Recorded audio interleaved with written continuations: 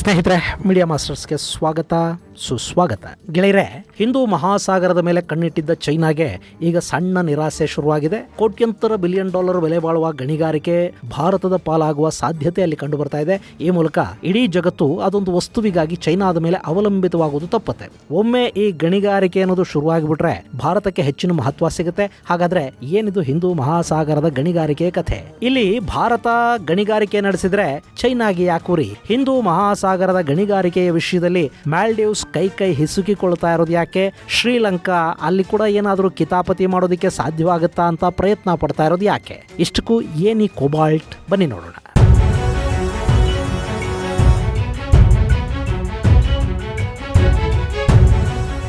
ಗೆಳೆಯರೆ, ಮಹಾಸಾಗರಗಳ ಮೇಲೆ ಯಾರು ಹಿಡಿತ ಸಾಧಿಸ್ತಾರೆ ಅವರು ಜಾಗತಿಕ ಶಕ್ತಿಗಳಾಗಿ ಬೆಳೀತಾರೆ ಅನ್ನೋದು ಶತಮಾನಗಳ ಹಿಂದಿನ ಒಂದು ನಂಬಿಕೆ. ಈ ನಂಬಿಕೆಯ ಕಾರಣಕ್ಕೇನೆ ಯುರೋಪಿಯನ್ ಶಕ್ತಿಗಳು ಜಗತ್ತಿನ ಅಷ್ಟೂ ಸಮುದ್ರಗಳ ಮೇಲೆ ಹಿಡಿತ ಸಾಧಿಸೋದಕ್ಕೆ ತಮ್ಮಲ್ಲೇ ಬಡದಾಡ್ಕೊಂಡು ಆ ಪ್ರಯತ್ನದ ಭಾಗವಾಗಿನೇ ಬ್ರಿಟನ್ ಸೂರ್ಯ ಮುಳುಗದ ಸಾಮ್ರಾಜ್ಯವನ್ನು ಕಟ್ಟೋದಕ್ಕೆ ಸಾಧ್ಯ ಆಯಿತು. ಆ ಸಾಗರಗಳ ಮೇಲಿನ ಹಿಡಿತವೇ ಇವತ್ತು ಅಮೆರಿಕಾಗೆ ದೊಡ್ಡಣ್ಣನ ಸ್ಥಾನಮಾನಗಳನ್ನು ಕೊಡ್ತಾ ಇರೋದು. ಇನ್ನು ಈಗ ಹಿಂದೂ ಮಹಾಸಾಗರದ ಮೇಲೆ ಆಧಿಪತ್ಯವನ್ನು ಸ್ಥಾಪಿಸಿ ಆ ಮೂಲಕ ಭಾರತವನ್ನು ಇಲ್ಲಿ ಕಟ್ಟಿ ಹಾಕಿ ಏಷ್ಯಾನ ಸಂಪೂರ್ಣವಾಗಿ ತನ್ನ ಹಿಡಿತಕ್ಕೆ ತಗೋಬೇಕು ಅನ್ನೋದು ಚೈನಾದ ಮಾಸ್ಟರ್ ಪ್ಲಾನ್. ಇಲ್ಲಿ ಸಮುದ್ರಗಳ ಮೇಲೆ ಹಿಡಿತ ಸಾಧಿಸುವುದು ಅಂದ್ರೆ ಬರೀ ವ್ಯಾಪಾರಿ ಮಾರ್ಗಗಳನ್ನು ತಮ್ಮ ಕೈಯಲ್ಲಿಟ್ಟುಕೊಳ್ಳುವುದು ಅಂತಲ್ಲ, ಬದಲಿಗೆ ಆ ಸಮುದ್ರದ ಆಳದಲ್ಲಿನ ಅಪಾರ ಖನಿಜ ನಿಕ್ಷೇಪಗಳ ಮೇಲೆ ಹಿಡಿತವನ್ನ ಸಾಧಿಸುವ ಮೂಲಕ ಜಾಗತಿಕ ಶಕ್ತಿಗಳಾಗಿ ಬೆಳೆಯುವ ಕಡೆಗೆ ಸಾಕಷ್ಟು ದೇಶಗಳು ಇವತ್ತು ಪ್ಲಾನ್ ಮಾಡ್ಕೋತಾ ಇವೆ. ಇದೇ ಕಾರಣಕ್ಕೆ ಚೈನಾ ಕೂಡ ಹಿಂದೂ ಮಹಾಸಾಗರ ಸೇರಿದ ಹಾಗೆ ಜಗತ್ತಿನ ನಾನಾ ಸಮುದ್ರಗಳ ಮೇಲೆ ತನ್ನ ಹಿಡಿತವನ್ನ ಸಾಧಿಸುವುದಕ್ಕೆ ಪ್ರಯತ್ನವನ್ನು ಪಡ್ತಾ ಇದೆ. ಈಗಾಗಲೇ ಮಾಲ್ಡೀವ್ಸ್ ಮತ್ತು ಶ್ರೀಲಂಕಾದಲ್ಲಿ ನೆಲೆಯೂರಿರುವ ಚೈನಾ ಇಲ್ಲಿ ಭಾರತದ ಬೆಳವಣಿಗೆಯನ್ನ ಕಟ್ಟಿ ಹಾಕುವ ನಿಟ್ಟಲ್ಲಿ ಕೂಡ ಕೆಲಸ ಮಾಡ್ತಾ ಇದೆ. ಮತ್ತೊಂದು ಕಡೆ ಜಾಗತಿಕ ಅಗತ್ಯ ಅನ್ನಿಸ್ಕೊಳ್ತಾ ಇರೋ ಬ್ಯಾಟರಿಗಳ ಕ್ಷೇತ್ರದಲ್ಲಿ ಕೂಡ ಇಡೀ ಜಗತ್ತು ತನ್ನ ಮೇಲೆ ಡಿಪೆಂಡ್ ಆಗಿರೋ ತರ ನೋಡ್ಕೊಳ್ಳೋದಕ್ಕೆ ಚೈನಾ ಪ್ರಯತ್ನ ಪಡ್ತಾ ಇದೆ.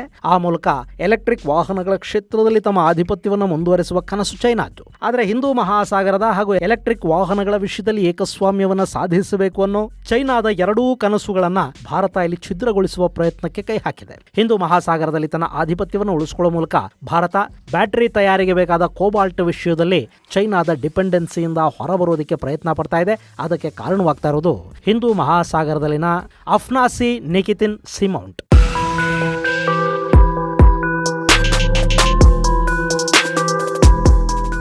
ಗೆಳೆಯರೆ, ನೀವು ಇಲ್ಲಿ ಮ್ಯಾಪಲ್ಲಿ ನೋಡ್ತಾ ಇದ್ದೀರಲ್ಲ, ಇದೇ ಅಫ್ನಾಸಿ ನಿಕಿತಿನ್ ಸೀಮೌಂಟ್. ಇದು ಭಾರತದಿಂದ 1350 ಕಿಲೋಮೀಟರ್ ದೂರದಲ್ಲಿದೆ. ಶ್ರೀಲಂಕಾದಿಂದ 1050 ಹಾಗೂ ಮಾಲ್ಡೀವ್ಸ್ನಿಂದ 1100 ಕಿಲೋಮೀಟರ್ಗಳಷ್ಟು ದೂರದಲ್ಲಿದೆ. ಇಲ್ಲಿ ವಿಪರೀತ ಪ್ರಮಾಣದ ಕೋಬಾಲ್ಟ್ ಇದೆ. ಹೀಗಾಗಿ ಈ ಪ್ರದೇಶದ ಮೇಲೆ ಶ್ರೀಲಂಕಾ, ಮಾಲ್ಡೀವ್ಸ್ ಹಾಗೂ ಭಾರತಗಳ ಜೊತೆಗೆ ಚೈನಾ ಕೂಡ ಕಣ್ಣಿಟ್ಟುಕೊಂಡು ಕೂತಿತ್ತು. ಆದರೆ ಈ ಅಫ್ನಾಸಿ ಈ ಮೂರು ದೇಶಗಳಿಗೆ ಸಮೀಪ ಇದ್ರೂ ಕೂಡ ಯಾವ ದೇಶದ ವಿಶೇಷ ಆರ್ಥಿಕ ವಲಯದ ವ್ಯಾಪ್ತಿಗೂ ಇದು ಒಳಪಡೋದಿಲ್ಲ. ಯಾಕೆಂದ್ರೆ ಯಾವುದೇ ದೇಶದ ಸಮುದ್ರ ತೀರದಿಂದ 200 ನಾಟಿಕಲ್ ಮೈಲ್ಗಳಿಗಿಂತ ಹೆಚ್ಚು ದೂರದಲ್ಲಿದ್ರೆ ಅದು ಅಂತಾರಾಷ್ಟ್ರೀಯ ಸಾಗರ ಪ್ರಾಧಿಕಾರದ ವ್ಯಾಪ್ತಿಗೆ ಬಂದ್ಬಿಡುತ್ತೆ. ಹೀಗಾಗಿ ಈ ಅಫ್ನಾಸಿ ಮೇಲೆ ಸುತ್ತ ಇರುವ ಯಾವ ದೇಶಗಳಿಗೂ ಅಧಿಕಾರ ಇಲ್ಲ.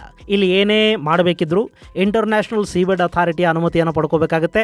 ಈ ಇಂಟರ್ನ್ಯಾಷನಲ್ ಸೀಬೆಡ್ ಅಥಾರಿಟಿ ಅನ್ನೋದು ವೆಸ್ಟ್ ಇಂಡೀಸ್ ದ್ವೀಪದಲ್ಲಿರುವ ಜಮೈಕಾದಲ್ಲಿದೆ. ಇದು United Nations convention on the law of the sea ಅಡಿಯಲ್ಲಿ 1994ರಲ್ಲಿ ಅಸ್ತಿತ್ವಕ್ಕೆ ಬಂತು. ಇದೊಂದು ಆಟೋನಮಸ್ ಬಾಡಿ. ಇಂಥ ಸಂಸ್ಥೆಗೆ ಭಾರತ ಕಳೆದ ಜನವರಿಯಲ್ಲೇ ಸಮುದ್ರದ ಆಳದಲ್ಲಿ ಮೈನಿಂಗ್ ಮಾಡೋದಕ್ಕೆ ಅವಕಾಶವನ್ನು ಕೊಡಿ ಅನ್ನೋ ಮನವಿಯನ್ನ ಸಲ್ಲಿಸಿದೆ. ಇಲ್ಲಿ ಕೇವಲ ಒಂದು ಅಪ್ಲಿಕೇಶನ್ಗಾಗಿ ಭಾರತ ಕಟ್ಟಿರುವ ಫೀಸು $5 ಲಕ್ಷ, ಅಂದ್ರೆ ಸರಿಸುಮಾರು 4 ಕೋಟಿ ರೂಪಾಯಿಗಳಷ್ಟು ಹಣವನ್ನು ಕೊಟ್ಟು ಭಾರತ ಅಪ್ಲಿಕೇಶನ್ ಅನ್ನು ಹಾಕಿದೆ. ಈ ಅಪ್ಲಿಕೇಶನ್ನೇ ಈಗ ಚೀನಾದ ಊರಿಗೆ ಕಾರಣ ಆಗ್ತಾ ಇರೋದು. ಇಲ್ಲಿ ಚೈನಾ ಯಾಕೆ ಉರ್ಕೋತಾ ಇದೆ ಅನ್ನೋದು ಅರ್ಥ ಆಗಬೇಕು ಅಂದ್ರೆ ಮೊದಲಿಗೆ ನಮಗೆ ಇಲ್ಲಿ ಸಿಗುವ ಅತ್ಯಪರೂಪದ ಖನಿಜ ಎಂತದ್ದು ಅನ್ನೋದು ಗೊತ್ತಾಗಬೇಕು. ಗೆಳೆಯರೆ, ಈ ಅಫ್ನಾಸಿ ನಿಕಿತಿನ್ ಸೀಮೌಂಟ್ ಇದೆಯಲ್ಲ, ಇಲ್ಲಿ ವಿವಿಧ ರೀತಿಯ ಅಪರೂಪದ ಖನಿಜ ಸಂಪತ್ತಿದೆ ಅಂತ ಹೇಳಲಾಗ್ತಾ ಇದೆ. ಅಲ್ಲಿ ಎಷ್ಟು ಪ್ರಮಾಣದ ಖನಿಜ ಇದೆ ಅನ್ನೋದನ್ನ ನಿಖರವಾಗಿ ಹೇಳೋದಕ್ಕೆ ಸಾಧ್ಯ ಇಲ್ಲ. ಆದ್ರೆ ಈ ಖನಿಜ ಸಂಪತ್ತಿನ ಮೇಲೆ ಯಾರು ಹಿಡಿತವನ್ನ ಸಾಧಿಸೋದಕ್ಕೆ ಸಾಧ್ಯ ಆಗತ್ತೆ ಅವರು ಇಡೀ ಜಗತ್ತಿನ ಖನಿಜದ ಬೇಡಿಕೆ ಏನಿದೆ ಅದರಲ್ಲಿನ ಬಹುತೇಕ ಭಾಗವನ್ನು ಪೂರೈಸೋದಕ್ಕೆ ಸಾಧ್ಯವಾಗುತ್ತೆ ಅನ್ನೋದು ತಜ್ಞರ ಅಭಿಪ್ರಾಯ. ಇಲ್ಲಿ 150ಕ್ಕೂ ಹೆಚ್ಚು ಬ್ಲಾಕ್ಗಳಲ್ಲಿ ಖನಿಜಗಳಿದ್ದು ಅದು ಸರಿಸುಮಾರು 3000 ಚದರ ಕಿಲೋಮೀಟರ್ ವ್ಯಾಪ್ತಿಯಲ್ಲಿದೆ ಅಂತ ಹೇಳ್ತಾ ಇದ್ದಾರೆ. ಆದರೆ ಎಲ್ಲಕ್ಕಿಂತ ಹೆಚ್ಚಾಗಿ ಅಲ್ಲಿ ಸಿಗ್ತಾ ಇರೋದು ಕೋಬಾಲ್ಟ್ ಅನ್ನೋ ಅದಿರು.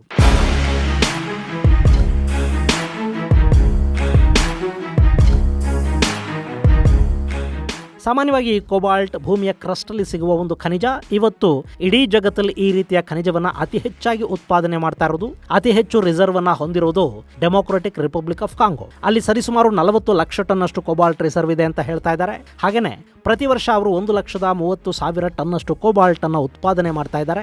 ಎರಡನೇ ಸ್ಥಾನದಲ್ಲಿ 15 ಲಕ್ಷ ಟನ್ ರಿಸರ್ವ್ ಇರುವ ಆಸ್ಟ್ರೇಲಿಯಾ ಇದೆ. ಅವರು ವರ್ಷಕ್ಕೆ ಕೇವಲ 5,900 ಟನ್ ಅಷ್ಟು ಮಾತ್ರ ಉತ್ಪಾದನೆಯನ್ನು ಮಾಡ್ತಾ ಇದ್ದಾರೆ. ಆ ನಂತರದಲ್ಲಿ 6 ಲಕ್ಷ ಟನ್ ರಿಸರ್ವ್ ಅನ್ನು ಹೊಂದಿರುವ ಇಂಡೋನೇಷಿಯಾ ಇದ್ದು, ಇದು ಕೋಬಾಲ್ಟ್ ಉತ್ಪಾದನೆಯಲ್ಲಿ ಎರಡನೇ ಸ್ಥಾನದಲ್ಲಿದೆ. ಇನ್ನು ಚೈನಾದಲ್ಲಿ ಇದರ ಪ್ರಮಾಣ 1,40,000 ಟನ್ ಅಷ್ಟಿದೆ.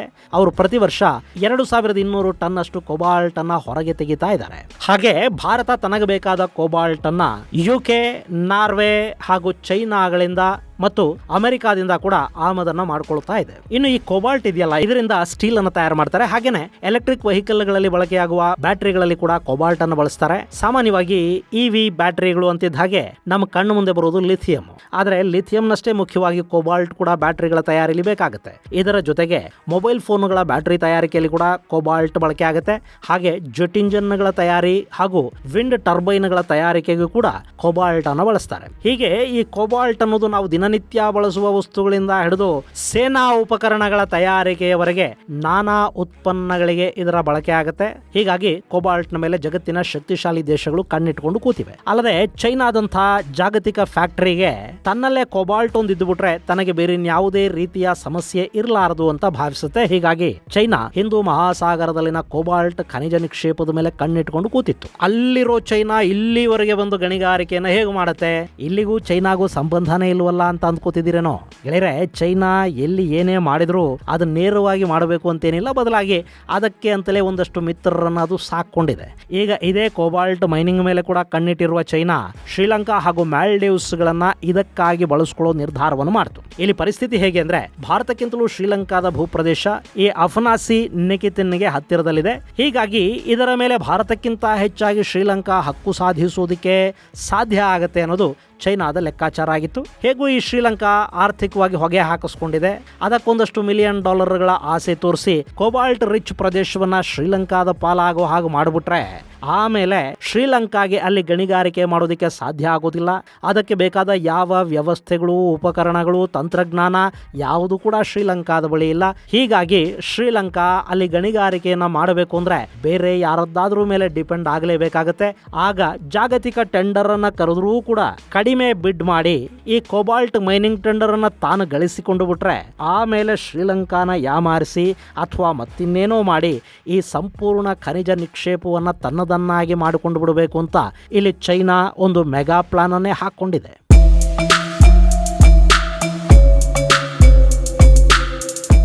ಮಜಾ ಅಂದ್ರೆ ಕಳೆದ 2 ವರ್ಷಗಳಿಂದ ಭಾರತದ ಜೊತೆ ಉತ್ತಮ ಸಂಬಂಧಗಳನ್ನು ಇಟ್ಟುಕೊಂಡಿದ್ದ ಶ್ರೀಲಂಕಾ ಕೂಡ ಈಗ ಚೈನಾದ ತಾಳಕ್ಕೆ ಕುಣಿಯೋದಕ್ಕೆ ಶುರು ಮಾಡಿತ್ತು. ಆದ್ರೆ ಅಷ್ಟರಲ್ಲಿ ಭಾರತ ಈ ಪ್ರದೇಶದಲ್ಲಿ ಗಣಿಗಾರಿಕೆಯನ್ನು ಮಾಡೋದಕ್ಕೆ ಅವಕಾಶ ಕೊಡಿ ಅಂತ ಒಂದು ಅರ್ಜಿಯನ್ನು ಸಲ್ಲಿಸಿತು. ಈ ಮೂಲಕ ಶ್ರೀಲಂಕಾ ಆಗಲಿ ಇನ್ಯಾವುದೇ ದೇಶ ಆಗಲಿ ಅಫನಾಸಿ ನಿಕಿತಿನ್ ಸಿ ಮೌಂಟ್ ಮೇಲೆ ಬೇರೆ ಯಾವುದೇ ರೀತಿಯ ಹಕ್ಕು ಸಾಧಿಸದ ಹಾಗೆ ಮಾಡೋ ಪ್ರಯತ್ನವನ್ನ ಭಾರತ ಇಲ್ಲಿ ಮಾಡ್ತು.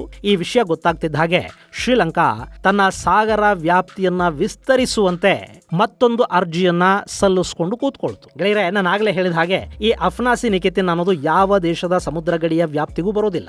ಇದು ಡೀಪ್ ಸಿಯಲ್ಲಿದೆ ಮತ್ತು ಅಂತಾರಾಷ್ಟ್ರೀಯ ಪರಿಧಿಗೆ ಸೇರುತ್ತೆ. ಹೀಗಾಗಿ ಇಲ್ಲಿ ಮೈನಿಂಗ್ ಅಥವಾ ಏನೇ ಚಟುವಟಿಕೆಗಳನ್ನು ಮಾಡಬೇಕು ಅಂದ್ರೂ ಇಂಟರ್ನ್ಯಾಷನಲ್ ಸೀಬೆಡ್ ಅಥಾರಿಟಿ ಅನುಮತಿಯನ್ನು ಪಡ್ಕೋಬೇಕು. ಸೊ ಭಾರತ ಇಲ್ಲಿ ಅರ್ಜಿ ಸಲ್ಲಿಸ್ತು. ಆದರೆ ಅದಕ್ಕೆ ಕೊಕ್ಕೆ ಹಾಕೋ ಹಾಗೆ ಶ್ರೀಲಂಕಾ ನಮಗೂ ಇಲ್ಲಿ ಅನುಮತಿಯನ್ನು ಕೊಡಿ ಅಂತ ಒಂದು ಅರ್ಜಿಯನ್ನು ಹಾಕೊಂಡಿದ್ದಷ್ಟೇ ಅಲ್ಲ, ಇಲ್ಲಿ ತನ್ನ ಜಲಗಡಿಯನ್ನೇ ವಿಸ್ತರಿಸಿ ಕೊಡಿ ಅಂತ ಮತ್ತೊಂದು ಅರ್ಜಿಯನ್ನು ಶ್ರೀಲಂಕಾ ಸಲ್ಲಿಸ್ತು. ಇಲ್ಲಿ ಏನಾಗುತ್ತೆ, ಯಾವುದೇ ದೇಶಕ್ಕೆ ಕೂಡ ತನ್ನ ಜಲಗಡಿಗಳನ್ನು ವಿಸ್ತರಿಸಿಕೊಳ್ಳೋದಕ್ಕೊಂದು ಅವಕಾಶ ಇದೆ. ಅದಕ್ಕಾಗಿ United Nations Commission on the limits of continental ಶೆಲ್ಫ್ಗೆ ಎಕ್ಸ್ಟೆನ್ಷನ್ಗೆ ಒಂದು ಅರ್ಜಿಯನ್ನು ಹಾಕೋಬೇಕು. ಈಗ ಶ್ರೀಲಂಕಾ ಅಂಥದ್ದೊಂದು ಅರ್ಜಿಯನ್ನ ಸಲ್ಲಿಸಿದೆ. ಹೀಗಾಗಿ ಆ ಅರ್ಜಿ ಇತ್ಯರ್ಥವಾಗುವವರೆಗೆ ಭಾರತದ ಮೈನಿಂಗ್ ಅರ್ಜಿಯನ್ನ ಸೀಬೆಡ್ ಅಥಾರಿಟಿ ಹೋಲ್ಡ್ ಅಲ್ಲಿ ಇಡಬೇಕಾಗಿ ಬರ್ತಾ ಇದೆ. ಇಲ್ಲಿ ಗಮನಿಸಬೇಕಾದ ಮತ್ತೊಂದು ಅಂಶ ಅಂದ್ರೆ, ಅಕಸ್ಮಾತ್ ಈ ಅರ್ಜಿಯ ಅನ್ವಯ ಅಲ್ಲಿ ಮೈನಿಂಗ್ ಮಾಡೋದಕ್ಕೆ ನಮಗೇನಾದ್ರೂ ಅನುಮತಿ ಸಿಕ್ಕರೆ ಅಥವಾ ಇಲ್ಲಿವರೆಗೆ ನಮ್ಮ ಸಮುದ್ರ ವ್ಯಾಪ್ತಿಯನ್ನು ವಿಸ್ತರಿಸಿಕೊಳ್ಳೋದಕ್ಕೆ ನಮಗೆ ಅನುಮತಿ ಸಿಕ್ಕರೂ ಕೂಡ ಈ ಭಾಗದಲ್ಲಿ ಸಮುದ್ರದ ಒಳಗೆ ಮೈನಿಂಗ್ ಮಾಡೋದಕ್ಕೆ ನಾವು ಭಾರತದ ಜೊತೆಗೆ ಕೈ ಜೋಡಿಸ್ತೀವಿ ಅಂತ ಶ್ರೀಲಂಕಾ ಹೇಳಿದೆ. ಆದರೆ ಯಾವುದನ್ನು ಹೀಗೆ ಆಗತ್ತೆ ಅಂತ ನಂಬೋದಕ್ಕೆ ಸಾಧ್ಯ ಆಗೋದಿಲ್ಲ, ಯಾಕೆಂದ್ರೆ ಅದು ಅಪಾರ ಪ್ರಮಾಣದ ಖನಿಜ ನಿಕ್ಷೇಪ. ಸೊ ಶ್ರೀಲಂಕಾಗೆ ಈಗಾಗಲೇ ವಿಪರೀತ ಪ್ರಮಾಣದ ಸಾಲ ಕೊಟ್ಟಿರುವ ಚೈನಾ ಶ್ರೀಲಂಕಾನ ಇಲ್ಲಿ ಹೇಗೆ ಬೇಕಾದರೂ ಆಡಿಸಬಹುದು ಮತ್ತು ಶ್ರೀಲಂಕಾದ ಮೇಲೆ ಒತ್ತಡ ತಂದು ಅಲ್ಲಿ ಭಾರತ ಕಾಲಿಡದ ಹಾಗೆ ಕೂಡ ಚೈನಾ ನೋಡ್ಕೋಬಹುದು. ಹೀಗಾಗಿ ಶ್ರೀಲಂಕಾ ಇಲ್ಲಿ ಇದನ್ನ ಭಾರತಕ್ಕೆ ಕೊಡ್ತೀವಿ ಅಂತ ಹೇಳಿದ್ರು ಕೂಡ ನಂಬಬೇಕಾದ ಅಗತ್ಯ ಏನಿಲ್ಲ. ಹೀಗಾಗಿನೇ ಇಲ್ಲಿ ಭಾರತ ಕೂಡ ಹಠಕ್ಕೆ ಬಿದ್ದಿದೆ. ಯಾವುದೇ ಕಾರಣಕ್ಕೂ ಇಲ್ಲಿನ ಮೈನಿಂಗ್ ತನ್ನ ಕೈ ತಪ್ಪಿ ಹೋಗದ ಹಾಗೆ ನೋಡ್ಕೋಬೇಕು ಅಂತ ಭಾರತ ಎಲ್ಲ ರೀತಿಯ ಪ್ರಯತ್ನಗಳನ್ನು ಮಾಡ್ತಾ ಇದೆ. ಇದರ ಜೊತೆಗೆ ಅಕಸ್ಮಾತ್ ಇಲ್ಲಿ ಮೈನಿಂಗ್ಗೆ ಅನುಮತಿ ಸಿಕ್ಕರೆ ಅದಕ್ಕೆ ಬೇಕಾದ ಎಲ್ಲ ವ್ಯವಸ್ಥೆಗಳನ್ನು ಕೂಡ ಭಾರತ ಈಗಾಗಲೇ ಮಾಡಿಕೊಂಡಿದೆ. ನಾವು ಮತ್ಸ್ಯ 6000 ಹೆಸರಿನ ಪ್ರಾಜೆಕ್ಟ್ ಅನ್ನು ಕೂಡ ಈ ಹಿಂದೆ ಮಾಡಿದ್ದೀವಿ. ಅದರ ಮೂಲಕ ಸಮುದ್ರದ ಆಳದಲ್ಲಿ ಸುಮಾರು 6 ಕಿಲೋಮೀಟರ್ಗಳವರೆಗೆ ಹೋಗಿ ಅನ್ವೇಷಣೆಗಳನ್ನು ಮಾಡೋದಕ್ಕೆ ಭಾರತಕ್ಕೆ ಸಾಧ್ಯ ಆಗುತ್ತೆ. ಜೊತೆಗೆ ಸಾಗರದ ಆಳದಲ್ಲಿ ಅನ್ವೇಷಣೆ ಮತ್ತು ಮೈನಿಂಗ್ ವಿಷಯದಲ್ಲಿ ಕೂಡ ಭಾರತ ತಾಂತ್ರಿಕವಾಗಿ ಸಶಕ್ತವಾಗಿದೆ. ಅಕಸ್ಮಾತ್ ಇಲ್ಲಿ ಕೋಬಾಲ್ಟ್ ಮೈನಿಂಗ್ ಭಾರತಕ್ಕೆ ಸಿಕ್ಕಿಬಿಟ್ರೆ ಅದು ಜಗತ್ತಿನ ಅತಿ ದೊಡ್ಡ ಇವಿ ಇಂಡಸ್ಟ್ರಿಯ ತವರಾಗುತ್ತೆ ಅನ್ನೋದಷ್ಟೇ ಅಲ್ಲ, ಅತ್ಯಂತ ಅಪರೂಪದ ಸಾಕಷ್ಟು ಖನಿಜ ಸಂಪತ್ತಿನ ಮೇಲೆ ಭಾರತಕ್ಕೆ ಒಡೆತನ ಸಿಕ್ಕಾಗತ್ತೆ. ಸದ್ಯದ ಮಾಹಿತಿಯ ಪ್ರಕಾರ ಈ ಕೋಬಾಲ್ಟ್ ನಿಕ್ಷೇಪ ಭಾರತಕ್ಕೆ ಸಿಗುವ ಎಲ್ಲ ಸೂಚನೆಗಳು ಕೂಡ ಇವೆ. ಅದು ಹಾಗಾಗಲಿ ಅಂತಲೇ ನಾವು ಕೂಡ ಆಶಿಸೋಣ. ಇದು ಗೆಳೆಯರೆ, ಭಾರತ ಸಮುದ್ರದ ಕೋಬಾಲ್ಟ್ ಗಣಿಗಾರಿಕೆಗಾಗಿ ಪ್ರಯತ್ನ ನಡೆಸ್ತಾ ಇರೋದರ ಕುರಿತಾದ ಒಂದಷ್ಟು ಮಾಹಿತಿ. ಮುಂದಿನ ಸಂಚಿಕೆಯಲ್ಲಿ ಮತ್ತಷ್ಟು ವಿಶೇಷಗಳ ಜೊತೆ ಮತ್ತೆ ಭೇಟಿಯಾಗೋಣ. ಅಲ್ಲಿವರೆಗೆ ಜೈ ಹಿಂದ್, ಜೈ ಕರ್ನಾಟಕ.